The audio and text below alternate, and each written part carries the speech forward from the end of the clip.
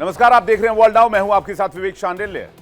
World now में इस show में हम आपको दिखाते हैं दुनिया भर की खबरें, वो खबरें जिनका सीधा असर पूरी दुनिया पर होता है। हम आपको दुनिया के कोने कोने में लिए चलते हैं और बताते हैं दुनिया में क्या कुछ हलचल है, क्या बड़ी घटनाएं घट रही हैं, कौन सी वो खबर है जिस पर आपकी नजर भी होनी चाहिए। तो वर्ल्ड नाउ में आज जिन खबरों की हम बात करने वाले हैं, सबसे पहले वो खबरें आपको दिखा देते हैं। वर्ल्ड नाउ में अब बात करेंगे महाशक्तियों के महामिलन की। पीएम मोदी और रूसी राष्ट्रपति पुतिन की मुलाकात पर पूरी दुनिया की नजर है। रूसी राष्ट्रपति भारत पहुंचे और अपने अजीज दोस्त पीएम मोदी से गर्मजोशी से मुलाकात की। हर बार की तरह दोनों दोस्तों के बीच कमाल की जुगलबंदी देखने को मिली। भारत रूस के बीच कई मुद्दों को लेकर समझौते हुए, कौन से वो समझौते थे इसके बारे में बताएंगे। कैसे ये रूस और भारत के बीच द्विपक्षीय व्यापार और द्विपक्षीय संबंधों को मजबूत करेंगे, इसके बारे में भी बात करेंगे। साथ ही बात करेंगे उस व्यापार के खाके की जो पुतिन ने पेश किया है। पुतिन ने बताया कि भारत और रूस कैसे अच्छे दोस्त और अच्छे साझेदार बने, इसके बारे में भी आपको डिटेल बताएंगे। साथ ही बात करेंगे उस जंग की जिसके ऊपर सबकी नजर थी। भारत ने इस पर अपना रुख साफ कर दिया है, दुनिया को बता दिया है कि भारत सही को सही और गलत को गलत कहने का दम रखता है, चाहे सामने कितना ही भी कोई अहम व्यक्ति क्यों ना हो, कोई बड़ा लीडर क्यों ना हो। इस मुलाकात के बारे में हर एक डिटेल जो आपको जाननी चाहिए विस्तार से, और उसके पीछे की खबर को भी खंगालने की कोशिश करेंगे। इसके साथ ही बात करेंगे ट्रंप के नए फरमान की। अमेरिका अपनी इमिग्रेशन पॉलिसी को लगातार मजबूत कर रहा है, सख्त कर रहा है। इसी के तहत अब ट्रंप सरकार नया कदम उठाने जा रही है। ट्रंप का ट्रैवल बैन 19 देशों से बढ़कर 30 देशों में करने की तैयारी है। इसका खाका भी बन चुका है, जल्दी इसकी घोषणा की जाएगी। ट्रंप के इस कदम से किन देशों को परेशानियों का सामना करना पड़ेगा, इसके बारे में आपको बताएंगे। इसके साथ ही ट्रंप के थर्ड वर्ल्ड के बारे में बात करेंगे, क्यों ट्रंप इन देशों को तीसरी दुनिया मानते हैं, ये डिटेल भी आपको बताएंगे। इसके बाद बात करेंगे ट्रंप के नए सीक्रेट मिशन की जो मैक्सिको के साथ है। इसके तहत 55 सबसे खतरनाक ड्रग माफियाओं को बिना किसी जानकारी दिए सीधे भेजा जाएगा। आखिर अमेरिका भेजने के पीछे मकसद क्या है? ड्रग तस्करों के जरिए अमेरिका कौन सा प्लान बना रहा है? क्या इनका किसी मिशन में इस्तेमाल करना चाहता है अमेरिका? ये भी आपको दिखाएंगे। फिर बात करेंगे जापान सरकार के उस फरमान की जिससे वहां रहने वाले मुसलमानों के लिए बड़ी मुसीबत पैदा हो गई। जापान में मुसलमानों को कब्र दफनाने के लिए 2 गज जमीन नसीब नहीं हो रही है। जापान सरकार ने फैसला किया है कि मुसलमान जापान की धरती पर किसी भी मुस्लिम को दफन नहीं करेंगे। आखिर जापान में ऐसा फैसला क्यों किया गया? जापान में शवों के अंतिम संस्कार की क्रिया क्या है? जापान ने ऐसा क्यों कहा कि जो भी मुस्लिम यहां पर मृत होता है या जिनकी भी जान जाती है, वो अपने देश में ले जाकर ही उसके शव को दफनाएं? और इस बयान के बाद काफी ज्यादा विवाद और घमासान मचा हुआ है। इन तमाम खबरों को विस्तार से देखते हैं। चलिए देखते हैं वर्ल्ड नाउ में। वर्ल्ड नाउ में बात सबसे पहले महाशक्तियों के महामिलन की, 2 धुरंधरों की मुलाकात की, जो न सिर्फ भारत के लिए खास है बल्कि दुनिया की नजर टिकी हुई है इस मुलाकात पर। रूस के राष्ट्रपति पुतिन भारत में 30 घंटे का दौरा चल रहा है। 4 साल बाद पुतिन ने भारत का दौरा किया है। इस वक्त दुनिया साफ तौर पर 2 भागों में बटी हुई है। एक तरफ रूसी राष्ट्रपति व्लादिमीर पुतिन, दूसरी तरफ डोनाल्ड ट्रंप अमेरिकी राष्ट्रपति। जहां अमेरिका की टैरिफ नीति के दबाव में या फिर रूस के खिलाफ पश्चिमी देशों का एक ग्रुप बना हुआ है, वहीं रूस का साथ देने वाले देशों में मुख्य रूप से चीन और भारत खड़े हैं। एशिया से रूस को समर्थन मिल रहा है और ये बात पश्चिमी देशों को हजम नहीं हो रही। इसी बीच रूसी राष्ट्रपति का भारत दौरा और भी ज्यादा महत्वपूर्ण हो जाता है। भारत और रूस के संबंध हर कसौटी में खरे उतरे हैं, जिन्होंने हमेशा उस वक्त एक दूसरे की मदद की जब पूरी दुनिया दुश्मन नजर आ रही थी। इसलिए भी ये महामुलाकात अहम है, क्योंकि पीएम मोदी की दोस्ती वर्ल्ड ऑर्डर बदलने वाली है। इस दोस्ती ने इतिहास रचा है। ये दोस्ती एक नए युग की शुरुआत कर रही है और इसकी नींव रखी गई उन समझौते के जरिए जो दोनों देशों के लिए काफी मायने रखते हैं। 23वें भारत रूस शिखर सम्मेलन में पूरा फोकस ट्रेड पर रहा है, डिफेंस, हेल्थ और एनर्जी से जुड़े समझौतों पर रहा है। किन किन समझौतों पर सहमति बनी है, इस पर नजर डालने की कोशिश करते हैं। आइए देखते हैं। तो सबसे पहले वो मुद्दे जिन पर सहमति बनी है, जो कोऑपरेशन और माइग्रेशन पर जो विषय था उस पर अग्रीमेंट हुआ है। इसके अलावा शिप बिल्डिंग, पोलर शिप्स को लेकर अग्रीमेंट हुआ है। नई शिपिंग लेन पर निवेश करने पर अग्रीमेंट हुआ है। सिविल न्यूक्लियर ऊर्जा पर जो है यहाँ पर वो समझौता हुआ है। क्रिटिकल मिनरल्स जिसकी चर्चा आप इन दिनों काफी सुनते हैं, उस पर समझौता हुआ है। फूड सेफ्टी और स्टैंडर्ड पर समझौता हुआ है। क्रिटिकल मिनरल्स पर समझौता हुआ है। इसके अलावा फूड सेफ्टी पर समझौता हुआ है।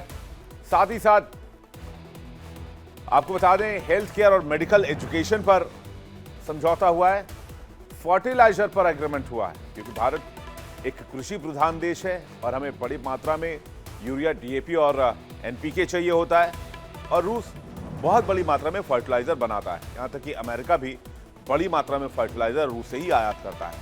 खैर, भारत और रूस दोनों देशों ने एक आर्थिक समझौते पर हस्ताक्षर किया है, जिससे व्यापार, निवेश, साझेदारी और साझा विकास को बढ़ावा मिलेगा। भारत रूस के बीच अभी तक लड़ाकू विमानों या बड़े रक्षा सौदों से जुड़ी कोई बड़ी डील घोषित नहीं हुई है, जबकि इसकी उम्मीद की जा रही थी। भारत और रूस की दोस्ती की डायरी में नया चैप्टर जुड़ा है। 2 दिन के दौरे पर दूसरे दिन रूसी राष्ट्रपति व्लादिमीर पुतिन और पीएम मोदी के साझा बयान में नए दौरे की एक तैयारी भी दिख रही है और यारी भी दिख रही है, और उसकी झलक भी दिखी।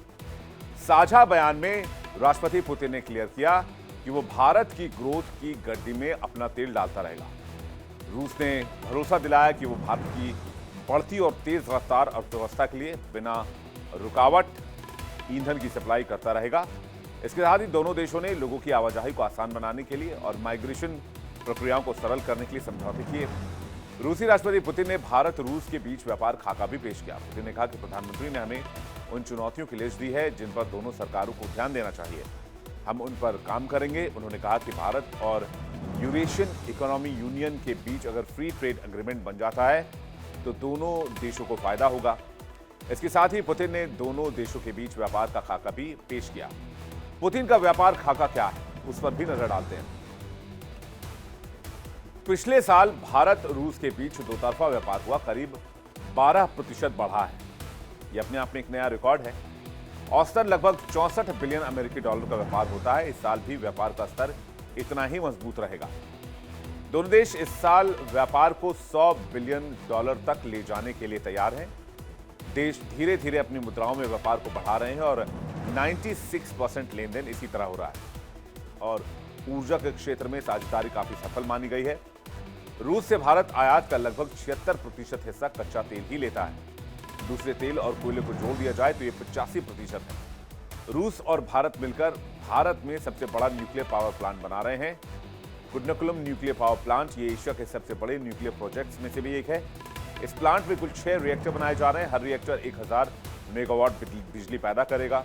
6 में से 3 रिएक्टर पहले ही एनर्जी नेटवर्क से जुड़ चुके हैं। रूस भारत के साथ मिलकर नए अंतर्राष्ट्रीय ट्रांसपोर्ट हब पर भी काम कर रहा है। पुतिन का मानना है कि पीएम मोदी के साथ डिनर पर उनकी बातचीत स्पेशल और प्रिविलेज स्ट्रेटेजिक पार्टनरशिप के लिए बहुत मददगार रही। पीएम मोदी और पुतिन ने एक करीबी वर्किंग डायलॉग भी बनाया है। पुतिन का कहना है कि हम एससीओ समिट में दौरान मिले थे और हम खुद रूस भारत डायलॉग की देख रेख कर रहे हैं।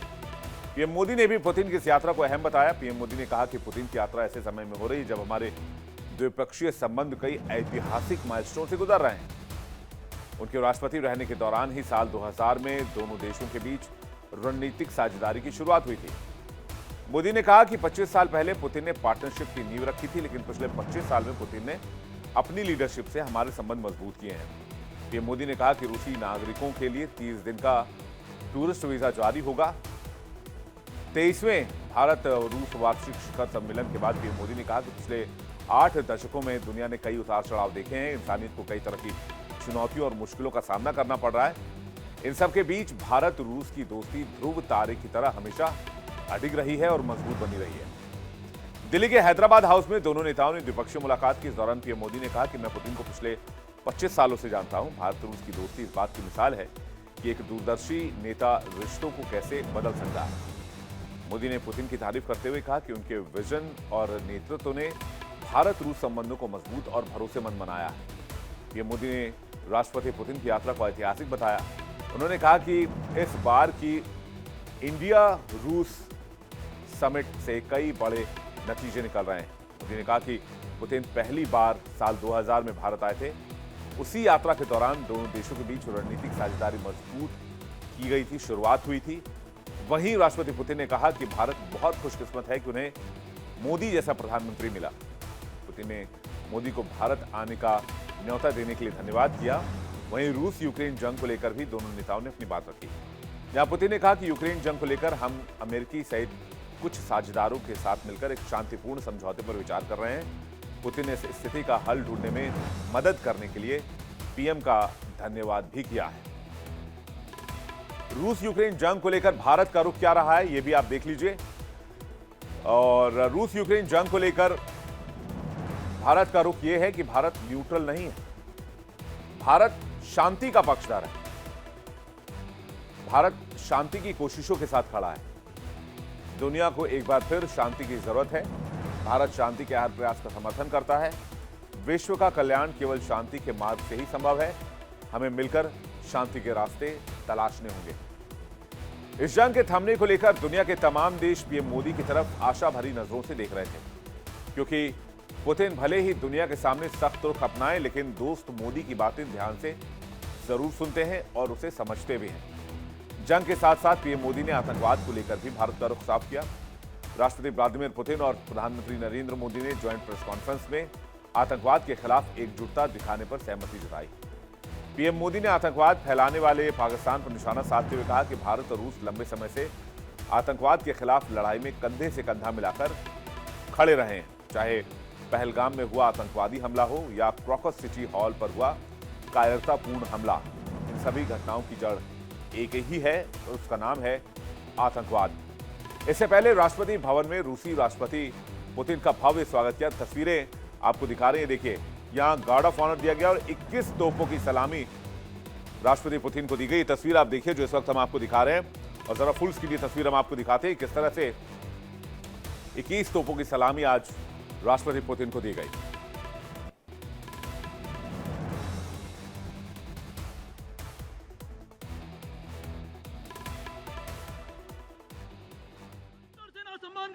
निरीक्षण के लिए हाजिर।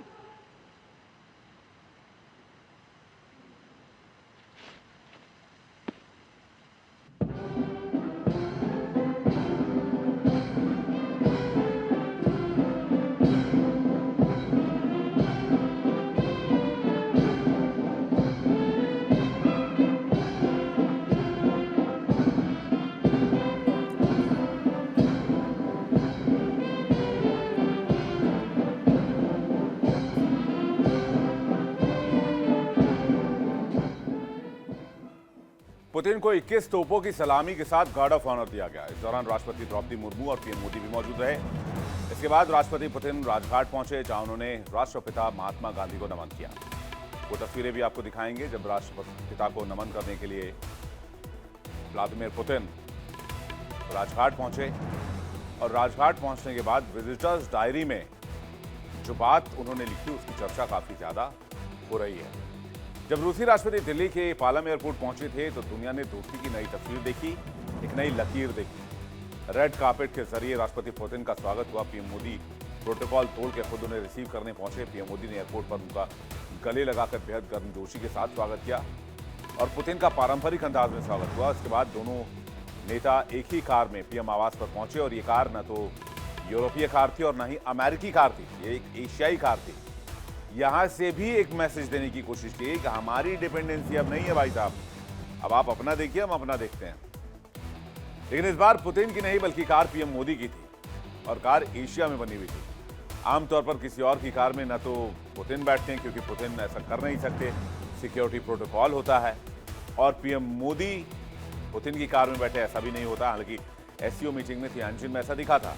एक बार फिर से वही तस्वीर रिपीट हुई, दोनों नेता एक बार फिर से कार में बैठे और कार की सेल्फी ने सोशल मीडिया पर तहलका मचा दिया, ठीक वैसे ही जैसे एससीओ समिट के दौरान तस्वीर सामने आई थी। पीएम मोदी ने यह तस्वीर अपने एक्स अकाउंट पर भी शेयर की, इसकी काफी चर्चा पूरे दिन होती रही। पीएम मोदी ने पुतिन को रूसी भाषा में लिखा गीता भी भेंट किया। उन्होंने ये तस्वीर साझा की जिसकी तस्वीर इस वक्त आप देख रहे हैं। ये देखिए, ये रूसी भाषा में ट्रांसलेट की हुई श्रीमद् भगवत गीता की तस्वीर आप देख रहे हैं, जो एक भारतीय धरोहर है और आज के संदर्भ में, आज के दौर में पूरे विश्व के लिए बहुत प्रासंगिक है।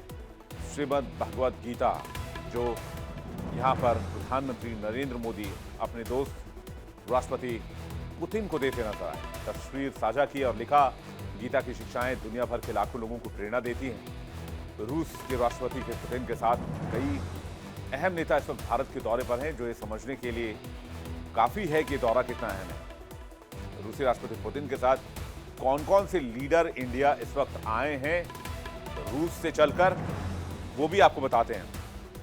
इस लिस्ट में नाम है देनिस मांतुरोव का, ये डेप्यूटी प्राइम मिनिस्टर हैं रशिया के। फिर है आंद्रेई बेलोसोव जो कि रक्षा मंत्री, इन्होंने कल ही मुलाकात की थी रक्षा मंत्री राजनाथ सिंह के साथ, वो तस्वीरें हमने आपको दिखाई थी।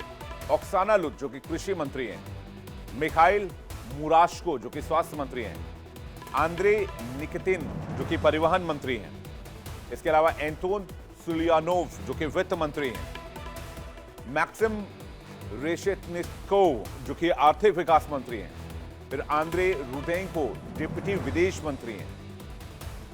और ये इतना बड़ा जो डेलीगेशन आया, मैं आज भी जब विजय चौक से इस न्यूज की लाइव कवरेज कर रहा था, तब भी मैंने दर्शकों से बात करते समय ये बात कही थी कि भारत और रूस के बीच डिफेंस टाइज ऑलरेडी बहुत मजबूत हैं।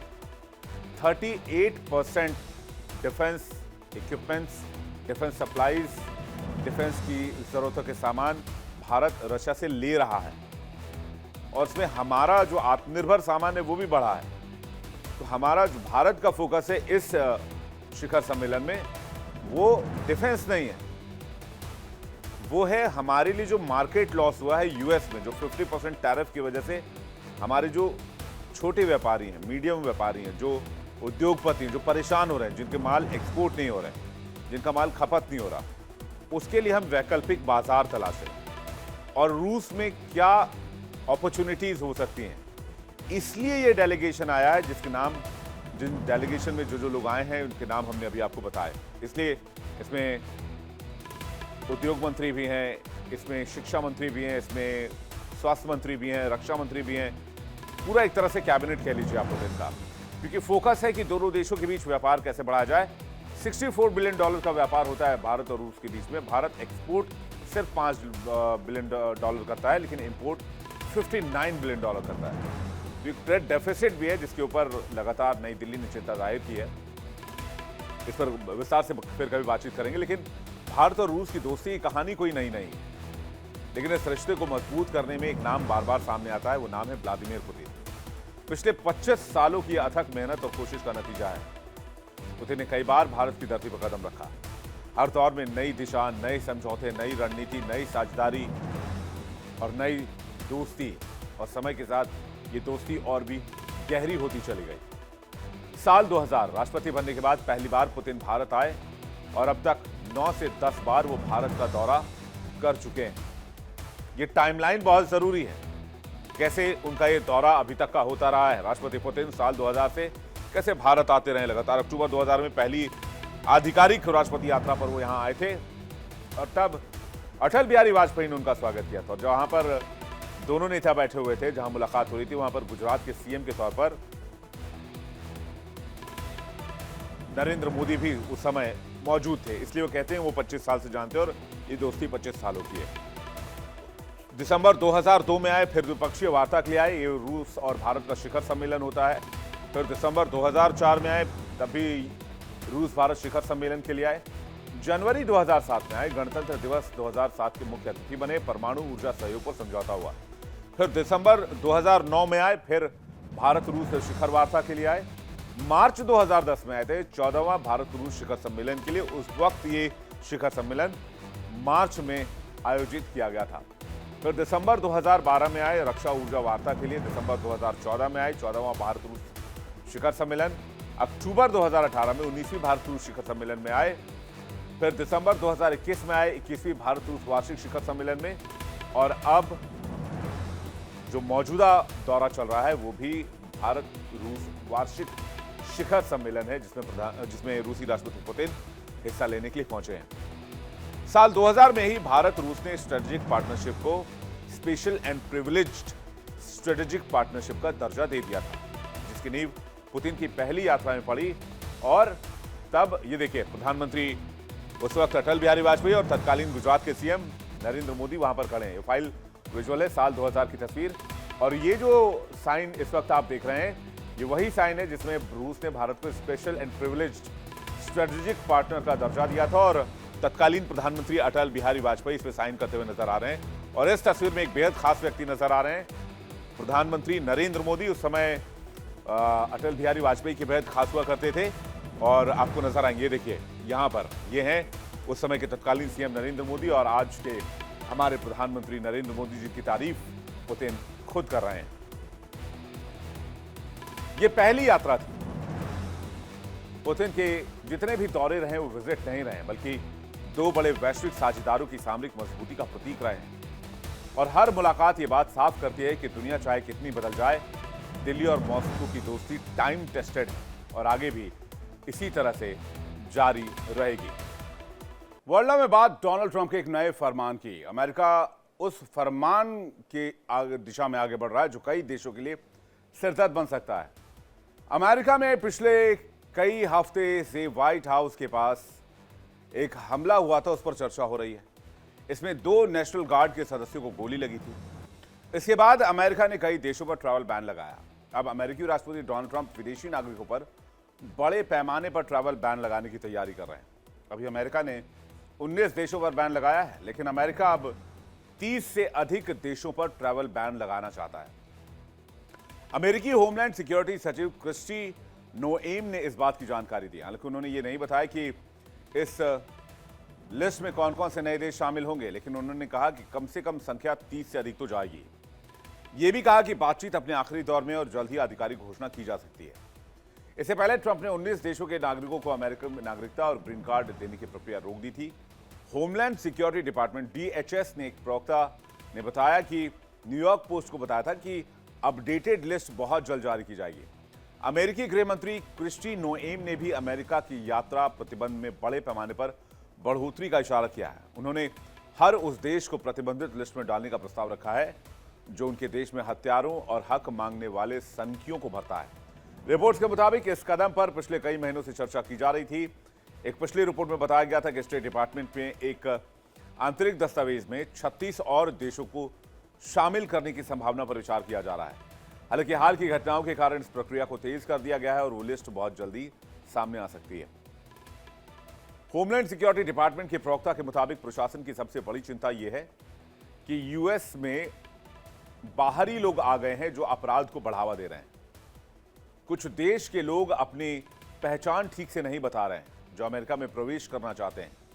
अगर वहां स्थिर सरकार नहीं है, अगर वो देश खुद को संभाल नहीं सकता और हमें ये नहीं बता सकता कि ये कौन लोग हैं या हमारी जांच में मदद नहीं कर सकता, तो हम उस देश के लोगों को अमेरिका क्यों आने दें? ये अमेरिका की दलील है। प्रशासन के लिए राष्ट्रीय सुरक्षा कूटनीतिक रिश्तों से ज्यादा महत्वपूर्ण है, जिसमें डोनाल्ड ट्रंप की नीति अमेरिका फर्स्ट की झलक नजर आती है। America first, American first. यह पहली बार नहीं है जब ट्रंप ने ट्रैवल बैन का जिक्र किया हो या फिर प्रतिबंध लगाया हो। अपने पहले कार्यकाल के दौरान राष्ट्रपति ने कई मुस्लिम बहुल देशी लोगों को अमेरिका में प्रवेश करने से प्रतिबंधित कर दिया था। जनवरी में सत्ता में वापसी के बाद ट्रंप ने डिपोर्टेशन पर कड़ी कार्रवाई शुरू की, इमिग्रेशन पर कड़ी कार्रवाई शुरू की और जैसा कि उन्होंने चुनाव में वादा किया था, जून में राष्ट्रीय सुरक्षा के कारण प्रशासन ने 19 देशों के नागरिकों के अमेरिका आने पर प्रतिबंध लगाया और अन्य 7 देशों की नागरिकों की पहुंच सीमित कर दी। 9 देशों को कंट्रीज ऑफ कंसर्न की सूची में रखा गया। जिन देशों पर बैन लगेगा उनके नागरिक अमेरिका घूमने, पढ़ने या काम करने या रहने या किसी कारण से भी अमेरिका नहीं जा सकते हैं। यह फैसला दुनिया भर के करोड़ों लोगों को प्रभावित कर सकता है। जिन देशों पर पहले ट्रंप ने बैन लगाया था, उनमें कौन कौन से देश शामिल थे, इसको जानने की आवश्यकता है। जो अभी ट्रंप की लिस्ट में हैं, वो कौन से देश हैं, वो देख लीजिए जल्दी से। सबसे पहले अफगानिस्तान, फिर म्यांमार, बुरुंडी, चाड, कांगो गणतंत्र, Equatorial Guinea, Eritrea, Haiti, Iran और लीबिया। कंप्लीट बैन है, यहां के लोग नहीं जा सकते हैं। फिर बारी आती है Somalia, Sudan, Yemen, Cuba, Laos, Sierra Leone, Togo, Turkmenistan और वेनेजुएला। Complete ban, 100%। एक भी आदमी नहीं जा सकता। डोनाल्ड ट्रंप ने साफ साफ मना किया हुआ है, यहां के लोग नहीं आ सकते अमेरिकी सीमा के अंदर। ये वो देश है जहां या तो आतंकवाद का खतरा बहुत ज्यादा है या सरकार इतनी कमजोर या भ्रष्ट है कि उन लोगों के बारे में अमेरिका को सही जानकारी नहीं मिल पाती। इसलिए इनके ग्रीन कार्ड धारकों को अब सबसे ज्यादा संकट है। 19 मौजूदा देशों के 7.2 लाख ग्रीन कार्ड धारकों की पुनः जांच प्रक्रिया शुरू की जा चुकी है, जिससे डेपुटेशन अमेरिका से बहुत बड़ी मात्रा में बढ़ सकता है। यूएस में बैन से असर क्या होगा, क्या इंपैक्ट पड़ेगा, वो देखिए। यात्रा और वीजा प्रक्रिया पर क्या असर होगा, सबसे पहले ये नजर डालते हैं। अमेरिका की तरफ से वीजा प्रक्रिया पर बहुत कड़ी और लंबी प्रक्रिया होगी ये, जिसे बहुत सख्ती से जांचा जाएगा। बैन वाले देशों को वीजा के लिए ज्यादा कागजी कार्रवाई करनी पड़ेगी, ज्यादा सबूत दस्तावेज पेश करने पड़ेंगे। कई बार वीजा आवेदन पूरी तरह से रिजेक्ट भी हो सकता है, एक्सेप्ट नहीं भी होगा। छात्रों और कामगारों पर बड़ा असर हो सकता है। अमेरिका में एडमिशन लेने या वीजा पाने में मुश्किल हो सकती है। विदेश से पढ़ाई करने के लिए आने वाले छात्रों पर इसका बुरा असर होगा, उनका भविष्य पर बुरा असर होगा। काम करने वाले लोग भी अमेरिका नहीं जा पाएंगे, जिससे उनकी नौकरी, करियर या उनका रोजगार प्रभावित होगा। परिवारों के लिए भी मुश्किलें हैं, परिवार अलग अलग हो सकते हैं, मिलने जाना या उनसे संपर्क बढ़ाना मुश्किल होगा। व्यापार और निवेश भी प्रभावित होगी। जो बिजनेस या विदेश कंपनियां विदेश से आती हैं, खासकर इन कंट्रीज से आती हैं, इन कंट्री के लोग वहां पर काम कर रहे हैं या बिजनेस कर रहे हैं, उनके लिए अमेरिका आना जाना कठिन हो जाएगा। इससे व्यापारिक सौदों पर असर होगा, विदेशी निवेश भी कम हो सकता है। आर्थिक प्रभाव, अमेरिका को विदेशी टैलेंट और निवेश से नुकसान हो सकता है। कंपनियों को काबिल लोगों को जो है उनको जरूरत होती है, उनकी कमी का सामना करना पड़ सकता है। पर्यटन उद्योग पर भी नकारात्मक असर हो सकता है, जिससे स्थानीय अर्थव्यवस्था तेजी से प्रभावित होगी। राजनीतिक और कूटनीतिक प्रभाव, बैन वाले देशों में अमेरिका की छवि खराब होगी, इससे अंतर्राष्ट्रीय रिश्ते तनावपूर्ण हो सकते हैं। हालांकि इतने छोटे छोटे देश हैं, इससे अमेरिका को कुछ बिगड़ेगा नहीं। कुछ देशों की सरकार विरोध करेंगी, कूटनीतिक रिश्तों में खटास आएगी, लेकिन अमेरिका की सेहत पर इसका कोई असर नहीं होगा। अब अफगानिस्तान में कुछ विरोध होगा तो उसका क्या करेगा अमेरिका?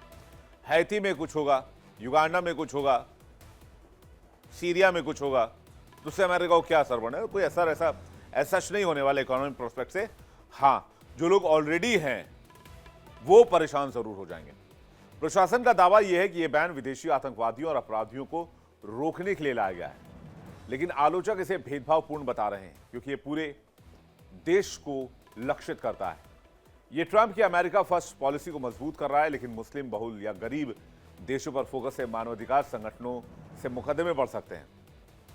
अफ्रीकी देशों जैसे कि चाड, इरिट्रिया से सालाना 2 से 3 बिलियन डॉलर का रेमिटेंस जो है वो प्रभावित हो सकता है। हाइती या वेनेजुएला जैसे देशों में बेरोजगारी बढ़ जाएगी, क्योंकि उनके नागरिक अमेरिका में मजदूरी करते हैं। एयरलाइन जैसे कि डेल्टा, यूनाइटेड को रूट कटौती करनी पड़ सकती है, जिससे वैश्विक पर्यटन में 5 से 10% का गिरावट हो सकता है। ये बैन अमेरिका की सुरक्षा को मजबूत करने का दावा तो करता है, लेकिन इसके आर्थिक और खास करके मानवीय नुकसान ज्यादा होंगे। लाखों लोग प्रभावित होंगे और वैश्विक संबंध तनावपूर्ण हो सकते हैं। ट्रंप यह कदम इसलिए उठा रहे हैं ताकि थर्ड वर्ल्ड कंट्रीज से माइग्रेशन को स्थायी तौर पर मिनिमम पर लाया जा सके या बिल्कुल खत्म किया जा सके। ट्रंप ने कहा कि थर्ड वर्ल्ड से माइग्रेशन हमेशा के लिए रोकेंगे। ट्रंप ने कहा कि थर्ड वर्ल्ड कंट्री से आने वाले सभी नागरिकों का इमिग्रेशन अमेरिका में हमेशा के लिए बैन कर दिया जाएगा। इसका सीधा मतलब यह है कि अमेरिका अब इन देशों के नागरिकों के लिए पढ़ाई, नौकरी या फिर किसी और चीज के लिए अपने दरवाजे नहीं खोलेगा। ट्रंप के इस बयान ने दुनिया में थर्ड वर्ल्ड कंट्रीज को लेकर बड़ी बहस तेज कर दी है। ऐसे में दुनिया में अब थर्ड वर्ल्ड कंट्री की चर्चा होने लगी है। सवाल यह है कि जिस तीसरी दुनिया को लेकर ट्रंप ने चेतावनी दी है, आखिर क्या है वो? ये थर्ड वर्ल्ड कंट्रीज और अमेरिका इन पर इतना सख्त क्यों रहा है? पहली, दूसरी और तीसरी दुनिया की सोच कहां से आई? तो कहानी शुरू होती है कोल्ड वॉर से। थर्ड वर्ल्ड का इस्तेमाल दुनिया को 3 हिस्सों में बांटने के लिए किया जाता था और ये काफी विवादित माना जाता था। कहां से आया थर्ड वर्ल्ड? कोल्ड वॉर में दुनिया 2 समूहों में बटी हुई थी। फर्स्ट वर्ल्ड वो देश थे जो अमेरिका और पश्चिमी देशों के साथ खड़े थे। इन्हें कैपिटलिस्ट ब्लॉक भी कहा जाता था। ये डेमोक्रेटिक इंडस्ट्रियलाइज्ड देश थे, जिसमें अमेरिका, ब्रिटेन, फ्रांस, पश्चिमी जर्मनी, जापान, कनाडा और ऑस्ट्रेलिया शामिल थे। अब आ जाइए सेकेंड वर्ल्ड। ये देश सोवियत संघ के प्रभाव में थे। इन्हें कम्युनिस्ट ब्लॉक कहा जाता था। ये कम्युनिस्ट सोशलिस्ट देश थे जिनका नेतृत्व मजदूर और किसान करते थे, जिसमें सोवियत संघ, पूर्वी Germany, Poland, Hungary, Czechoslovakia, Cuba, चीन। हालांकि 1991 में यूएसएसआर के टूटने के बाद सेकेंड वर्ल्ड का कॉन्सेप्ट ही खत्म हो गया, बचा सिर्फ फर्स्ट वर्ल्ड। फिर एंट्री होती है थर्ड वर्ल्ड की। ये वो देश थे जो किसी भी ब्लॉक का हिस्सा नहीं बने, यानी कि नॉन अलाइंड कंट्रीज, जिन्होंने ना अमेरिका का साथ चुना ना सोवियत संघ का, ज्यादातर खेती बाड़ी किसानी करने वाले लोग, यही वाले देश, जिसमें मोस्टली एशिया, अफ्रीका और लैटिन अमेरिका इसमें शामिल थे। अब देशों को पहली, दूसरी और तीसरी दुनिया में नहीं बांटा जाता, क्योंकि दूसरा जो टर्म है वो खत्म हो चुका है, यानी कि सेकेंड वर्ल्ड। बात सीधे फर्स्ट वर्ल्ड की होती है और थर्ड वर्ल्ड की होती है। हालांकि ये टर्म अब आउटडेटेड हो चुका है, लेकिन कई लोग अब भी इसका इस्तेमाल कर देते हैं। 1991 में सोवियत संघ के पतन के बाद तीसरी दुनिया शब्द ने अपना मूल राजनीतिक मतलब ही खो दिया। धीरे धीरे थर्ड वर्ल्ड का मतलब बन गया गरीब या कम विकसित विकासशील देश, अक्सर अफ्रीका, एशिया और लैटिन अमेरिकी देश, जिनमें गरीबी, विकास की कमी या अन्य चुनौतियां होती थी, उन्हें थर्ड वर्ल्ड कंट्री कहा जाने लगा। अब आपको यह बताते हैं कि ट्रंप तीसरी दुनिया को बैन क्यों करना चाहते हैं। थर्ड वर्ल्ड कंट्री को बैन क्यों करना चाहते हैं अमेरिका में, यह जान लीजिए। वो कह रहे हैं कि सुरक्षा खतरा है, इन देशों में स्क्रीनिंग या वेटिंग जो प्रक्रिया है वो कमजोर है, आप यहां पर किसी को वैलिडेट नहीं कर सकते। वहां से जो लोग आते हैं उनकी अच्छी तरीके से जांच नहीं आ पाती, क्योंकि दस्तावेज सही नहीं आ पाते। इससे आतंकवादी या खतरनाक लोग अमेरिका में घुस सकते हैं। यह देश हाई रिस्क माने गए हैं, क्योंकि यहां से विदेशी आतंकवादियों का खतरा है। 10 देशों पर यह कारण लागू किया गया है। वीजा ओवरस्टे और अवैध रहना, वीजा खत्म होने के बाद भी अमेरिका में ये रुक जाते हैं। ये इमिग्रेशन सिस्टम पर बोझ डालता है। 15 देशों में ओवरस्टे रेट बहुत ज्यादा है, जिससे हाइती, वेनेजुएला, चाड में टूरिस्ट वीजा ओवरस्टे रेट 49% तक है। यानी दो व्यक्तियों में से एक व्यक्ति वापस लौट कर नहीं आता है, एक व्यक्ति वापस आ जाता है। डिपोर्टेशन में मदद ना करना, कई देश अपने नागरिकों को वापस लेने से भी इनकार कर देते हैं, जिन्हें अमेरिका से निकाला जाता है, जिससे अमेरिकी जेलों और सिस्टम पर भी काफी दबाव पड़ता है। 8 देश जिद्दी हैं, जिनमें सूडान और यमन भी शामिल है। ये लोग वापस अपने नागरिकों को लेने में सहयोग भी नहीं करते हैं। इसके अलावा आर्थिक और सामाजिक बोझ भी पड़ता है। ट्रंप ने थर्ड वर्ल्ड कंट्री से आने वालों को किलर्स, लीचर्स और एंटाइटलमेंट जंकीज कह दिया था। ये लोग अमेरिकी संसाधनों का गलत फायदा उठाते हैं। ये अमेरिकी संसाधनों को बचाने के लिए ऐसा किया जा रहा है, ये ट्रंप का दावा है। ये बैन पहले से जारी वीजा को प्रभावित नहीं करता है, लेकिन नए आवेदनों को रोकता जरूर है, पुराने को रिव्यू करा सकता है। फिलहाल अमेरिका ने 19 देशों को थर्ड वर्ल्ड कंट्रीज के रूप में टारगेट किया है, लेकिन यूएन की लिस्ट लीस्ट डेवलपमेंट कंट्रीज की जो है उसमें कुल 44 देश शामिल हैं। साल 2022 में संयुक्त राष्ट्र प्रमुख एंटोनियो गुटेरेस ने कहा था कि थर्ड वर्ल्ड टर्म पुराना पड़ चुका है, अपमानजनक है। अब हम विकासशील देशों या ग्लोबल साउथ की बात करते हैं। इस लिस्ट में वो देश हैं जो आर्थिक, सामाजिक और मानव विकास के मामले में सबसे पिछड़े हो सकते हैं, मतलब जिनके पास अच्छी सुविधाएं जैसे स्कूल, अस्पताल और काम करने के मौके कम होते हैं। ये एक आधिकारिक सूची है जो यूएन बनाता है। लीस्ट डेवलप्ड कंट्रीज कौन से हैं यूएन के डेटा के हिसाब से, जिसमें 44 देश आते हैं, वो भी देख लेते हैं। यूएनसीटीएडी कुछ साल में फैसला करती है कि कौन से देश लीस्ट डेवलपमेंट कंट्री में की श्रेणी में आते हैं। इसमें प्रति व्यक्ति आय, मानव संसाधन, आर्थिक और भौतिक विकास की क्षमता देखी जाती है। ये देश विशेष रूप से अंतर्राष्ट्रीय सहायता पाने के हकदार होते हैं ताकि उनका विकास हो सके, लोगों को बराबर का हक मिले। इसमें अफ्रीका, एशिया, कैरेबियन और प्रशांत के छोटे देश शामिल हैं। एशिया के 8 देश इसमें शामिल हैं, जिसमें कि अफगानिस्तान, बांग्लादेश, कंबोडिया, लाओ पीपल्स डेमोक्रेटिक रिपब्लिक का नाम इसमें शामिल है। फिर म्यांमार, नेपाल, तिमोर-लेस्टे और यमन को भी इसमें रखा गया है। कैरिबियन क्षेत्र में केवल हैती को माना गया है एलडीसी। पैसिफिक से 3 देश लिए गए हैं, जिसमें किरिबाती, सोलोमन, आइसलैंड और तुवालू वर्ल्ड शामिल हैं। अगर इसके अलावा बात किया जाए तो अफ्रीका के लगभग 33 देश इसमें आते हैं, जिसमें सूडान, माली, चाड, नाइज, युगांडा और मेडागास्कर का नाम शामिल है। ये देश अक्सर प्राकृतिक आपदाओं, राजनीतिक अस्थिरता, गरीबी और कमजोर पड़ चुकी सिस्टम से जूझ रहे हैं। ये परिस्थितियां विकास दर को बहुत धीमा कर देती हैं, इसलिए वैश्विक स्तर पर इनकी मदद की जाती है ताकि वो दुनिया की रेस में ज्यादा पिछड़ ना जाए। आज के दौर में किसी देश के लिए थर्ड वर्ल्ड टर्म का इस्तेमाल करना अपमानजनक माना जाता है। अब किसी देश को या तो विकासशील कहा जाता है या फिर फ्रंटियर। विकासशील ऐसे राष्ट्र हैं जो लोगों का जीवन स्तर सुधारने के लिए बुनियादी ढांचे जैसे कि शिक्षा, स्वास्थ्य और व्यापार को मजबूत करने के लिए तत्पर रहते हैं। वहीं फ्रंटियर ऐसे राष्ट्र हैं जो अभी इस प्रक्रिया की शुरुआत ही कर रहे हैं। आगे बढ़ते हैं, बात एक और खबर की। अमेरिका मैक्सिको में एक सीक्रेट ऑपरेशन चला रहा है।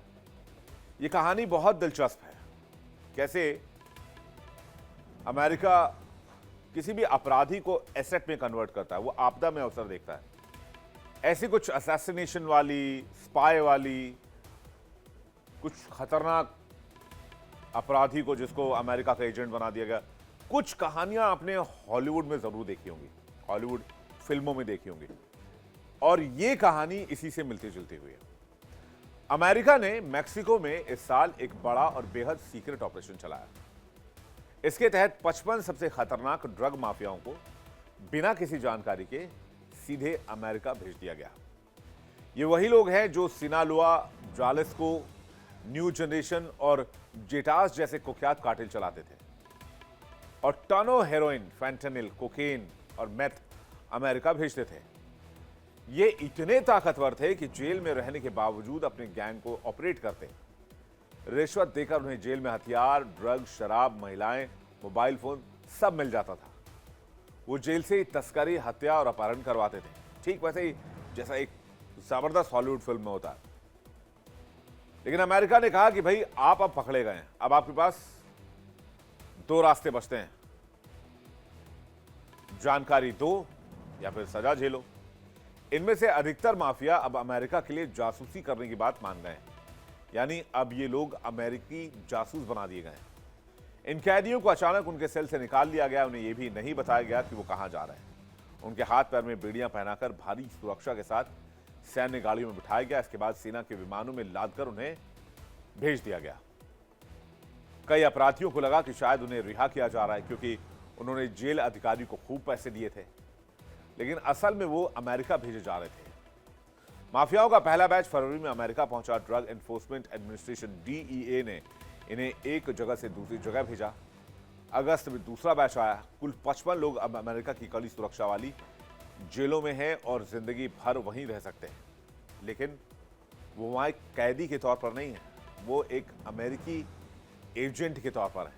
अच्छा, इसमें एक और नाम भी है, राफेल कारो क्विंटेरो का, जिस पर 1985 में DEA एजेंट किकी कैमरेना की हत्या का आरोप है। वो दशकों से अमेरिका भेजे जाने से बच रहा था। मैक्सिको ने इस ऑपरेशन में 2000 स्पेशल फोर्स कमांडो लगाए हैं। डर था कि अगर जानकारी लीक हो गई तो ये सरगना दंगे करवा सकते हैं, जेल से फरार होने की कोशिश कर सकते हैं, अदालत में अपील कर सकते हैं, या उनके अपने कार्टेल हैं उन्हें मार सकते हैं, ताकि वो राज को राज ही रखें।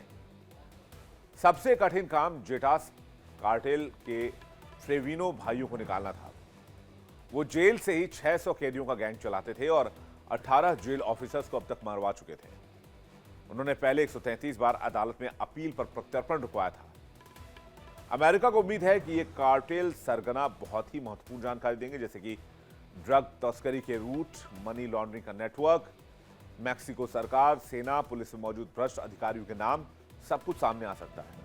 पहले भी माफिया अमेरिका में जानकारी देकर अपनी सजा कम करवाते रहे हैं, जैसे एल चैपो का बेटा जैक्विन गुजमैन लोपेज अब अमेरिकी एजेंसियों की मदद कर रहा है। मैक्सिको की राष्ट्रपति क्लाउडिया श्रीनबाम ने बताया कि ये राष्ट्रीय सुरक्षा के तहत लिया गया फैसला है।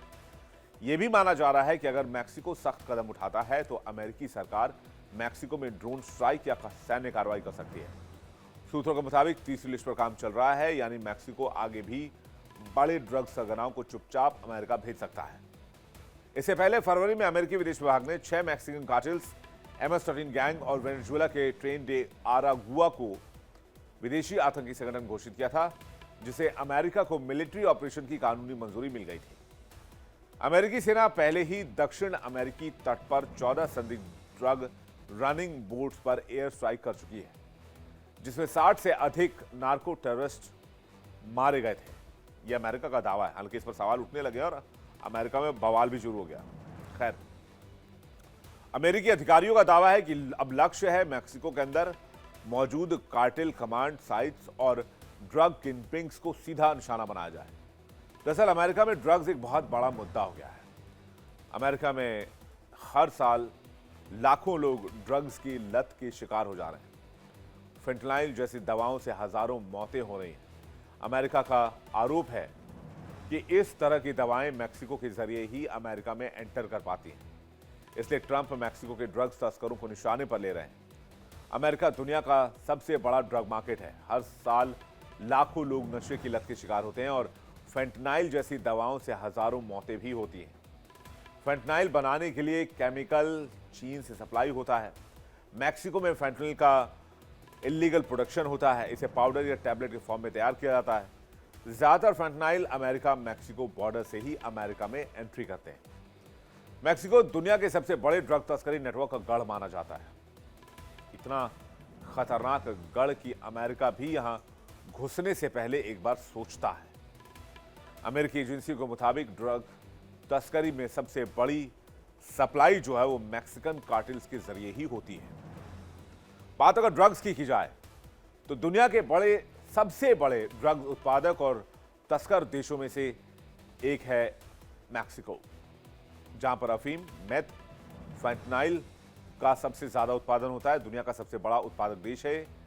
मैथ बनाने वाला देश सीक्रेट जगह में ड्रग्स तैयार किया करता है। अमेरिका में सबसे ज्यादा ड्रग्स यहीं से पहुंचाई जाती है। फेंटनाइल से सालाना 50 से 70 अरब डॉलर तक की तस्करी होती है। 2024 में मैक्सिको ने 750 से ज्यादा ड्रग्स लैब्स पर रेड किया।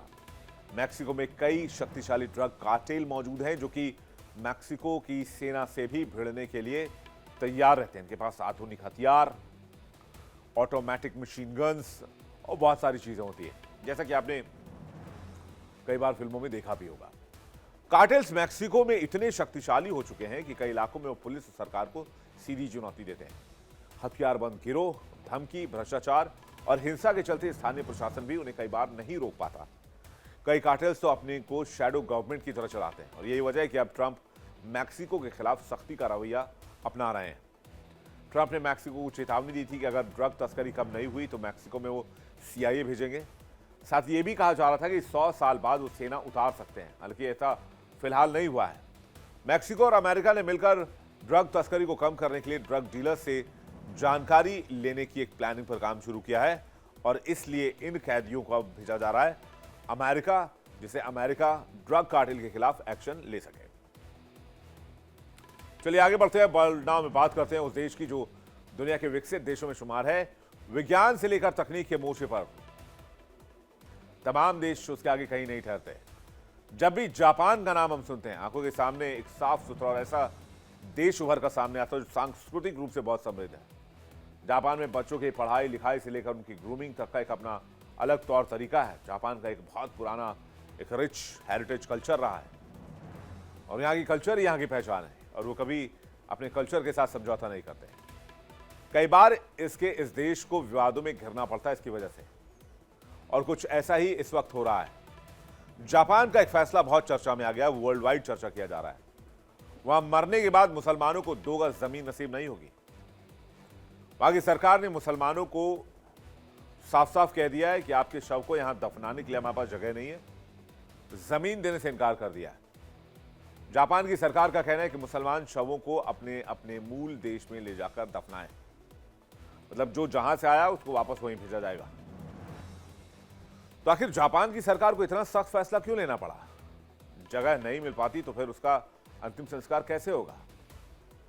इस सवाल के जवाब को जानने से पहले आखिर आपको यह जानना होगा कि जापान में आखिर कितनी मुस्लिम आबादी है। जापान की कुल आबादी को देखेंगे तो करीब 12 करोड़ के आसपास ही आबादी है। जापान में इस वक्त करीब 3.5 लाख मुस्लिम लोग रहते हैं, लेकिन बीते कुछ सालों के आंकड़े अगर देखें तो आबादी में बहुत तेजी से इजाफा हुआ है।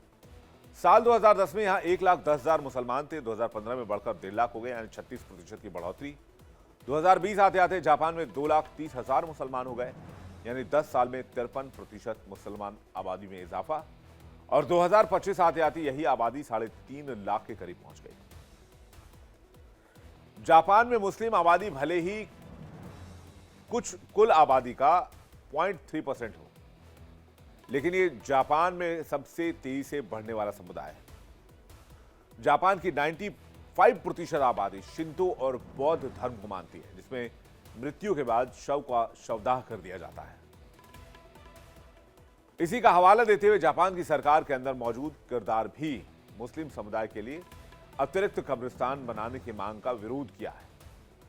इसके साथ ही जापान तेजी से विकास कर रहा है और शहर के हर इलाके में जमीन की भारी कमी है, जिसके कारण बड़े कब्रिस्तान बना पाना जापान के लिए आसान नहीं है। जापान की 99% आबादी बौद्ध है और ये शव को बौद्ध अथवा शिंतो परंपरा के मुताबिक जलाते हैं।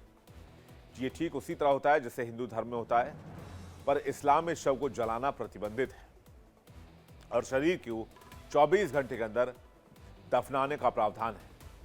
लेकिन हालत यह है कि जापानी मुसलमान मौत की बात सुनकर सिहर रहे हैं। यहां रहने वाले मुसलमानों की मांग थी कि जापान में उनके लिए अलग से कब्रिस्तान का निर्माण करवाया जाए, जहां पर वो अपने जो लोग हैं उनका अंतिम संस्कार कर सकें। इसे लेकर संसद तक बात पहुंची और संसद सत्र के दौरान सांसद मिजुहो उमेमुरा ने देश में मुस्लिम कब्रिस्तानों की विस्तार की मांग को साफ तौर पर खारिज कर दिया। उनका कहना है कि जापान में 99% से अधिक लोगों का अंतिम संस्कार परंपरा के अनुसार दाह संस्कार से होता है और यही जापान की संस्कृति है। जापानी सांसद उमेमुरा ने कहा कि मुसलमान कब्रिस्तानों की मांग कर रहे हैं, जिसे स्वीकार नहीं किया जाएगा। जापान में दाह संस्कार परंपरा है, मुसलमानों के लिए तरीका उचित नहीं है। वो अपने प्रियजनों के शव और अब वहां नहीं दफना पाएंगे और जापान ने क्लियर कह दिया है कि आपको ये बॉडीज वापस वहीं लेकर जानी पड़ेगी जहां से आप लोग आए।